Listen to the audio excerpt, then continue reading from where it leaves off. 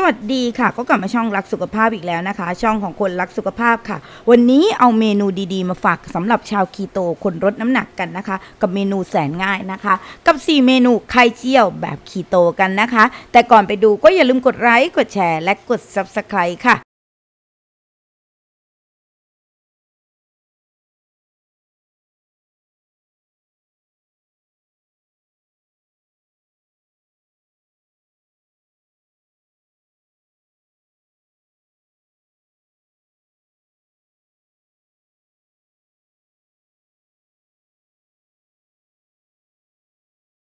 ค่ะขั้นตอนแรกนะคะให้เราเตรียมนะคะในส่วนของ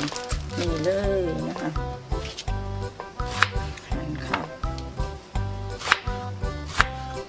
หั่นให้ละเอียดหน่อยนึงนะเวลา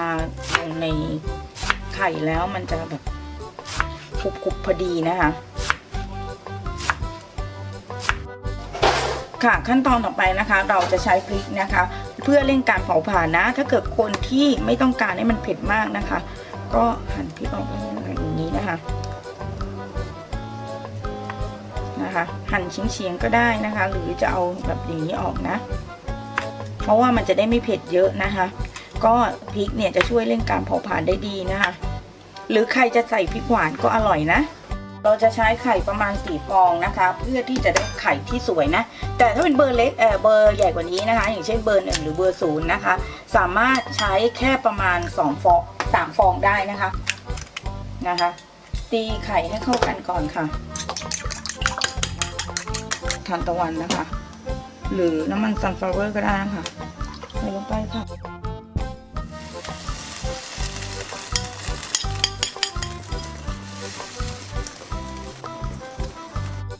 หลังจากนั้นนะคะให้ใส่พริกสดลงไปด้วยค่ะต้องเอาขอบด้านข้างอย่างนี้นะคะคนให้ตรงกลางมันสุกด้วยนะ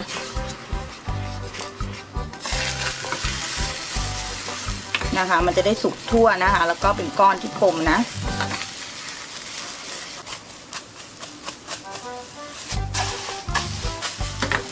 เอาละค่ะเรากลับด้านแล้วนะคะเดี๋ยวรอสุกแล้วจัดการกันค่ะแล้วนะคะสำหรับไข่เจียวนะคะเห็ดเข็มทองนะคะก็บอกเลยว่ากลมสวยมากๆเลยนะคะแล้วเราตกแต่งจานนิดนึงก่อนเสิร์ฟนะคะทานคู่กับซอสครีนอะไรก็ได้นะคะรับรองอร่อยแน่นอนนะคะใบโหระพานะคะเพื่อที่จะได้ช่วยระบบย่อยอาหารนะคะแล้วก็ท้องไม่อืดด้วยนะคะแถมได้วิตามินซีที่เข้มข้นมากๆเลยอย่างที่2ค่ะไข่เราใช้ไข่ประมาณ2ฟองเราไปเริ่มกันเลยค่ะ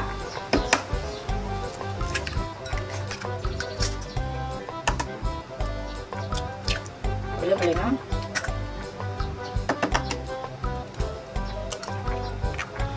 เร็วๆนี้จะสอนทำผงปรุงรสนะคะเสร็จนะคะเราก็ตีให้เข้ากันค่ะ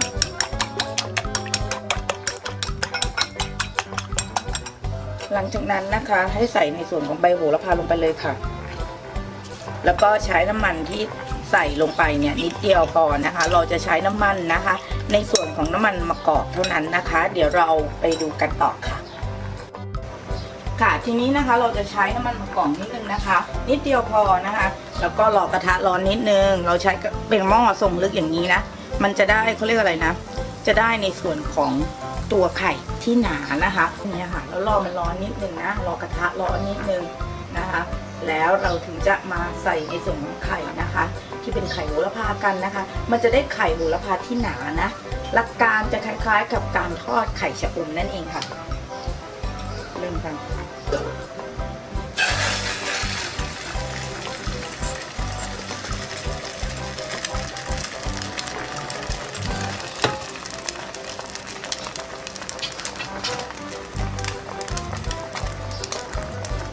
คนนะเพื่อให้ตรงกลางมันสุก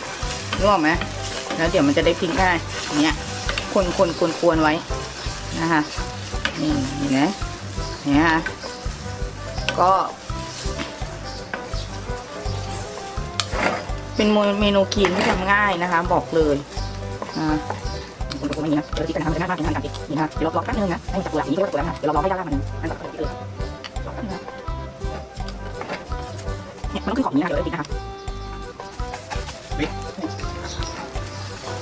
นะคะเดี๋ยวเราไปจัดจานกันค่ะ ไงมั่งคะสำหรับเมนูนี้นะคะสำหรับไข่เจียวโหระพานะคะแบบง่ายๆสไตล์รักสุขภาพค่ะซึ่งเราสามารถทานกับซอสมะเขือเทศคลีนได้ทีนี้เรามาทำไข่เจียวเร่งการเผาผลาญกันนะคะซึ่งเป็นไข่เจียวแบบคลีนกันนะคะไข่เจียวเต้าหู้นั่นเองค่ะเต้าหู้ไข่นะคะขั้นแรกนะคะให้เราหานะคะในส่วนของนะคะ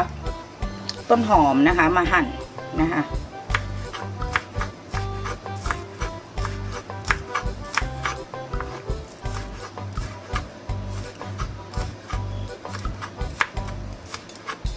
นะคะตามด้วยพริกนะคะเพื่อเร่งการเผาผลาญกันนะคะสไตล์คีนเนาะ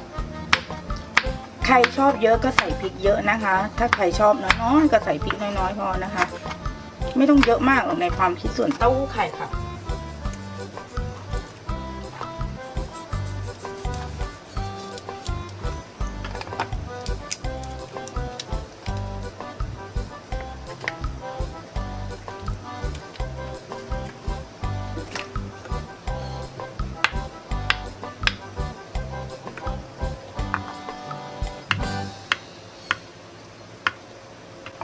พักส่วนนี้ทิ้งไว้นะคะเดี๋ยวเรามาตอกไข่กันนะคะ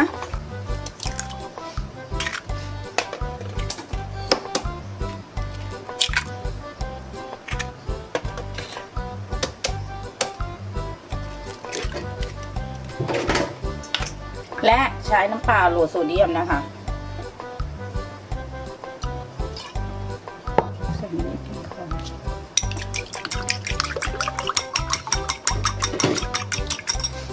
จากนั้นนะคะให้เราใส่ในส่วนของพริกนะคะ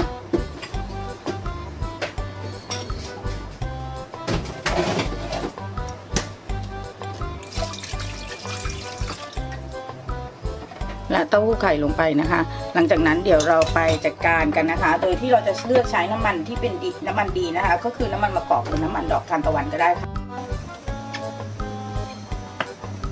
เอามาปาดนะค่ะหลังจากนั้นนะคะเราก็ใส่น้ำมันที่ดีนะคะก็คือน้ำมันมะกอกมันร้อนนิดนึงใส่ลงไปค่ะเป็นไข่เจียวเร่งการเผาผลาญนะคะแถมมีเต้าหู้ไข่อีกด้วยนะคะ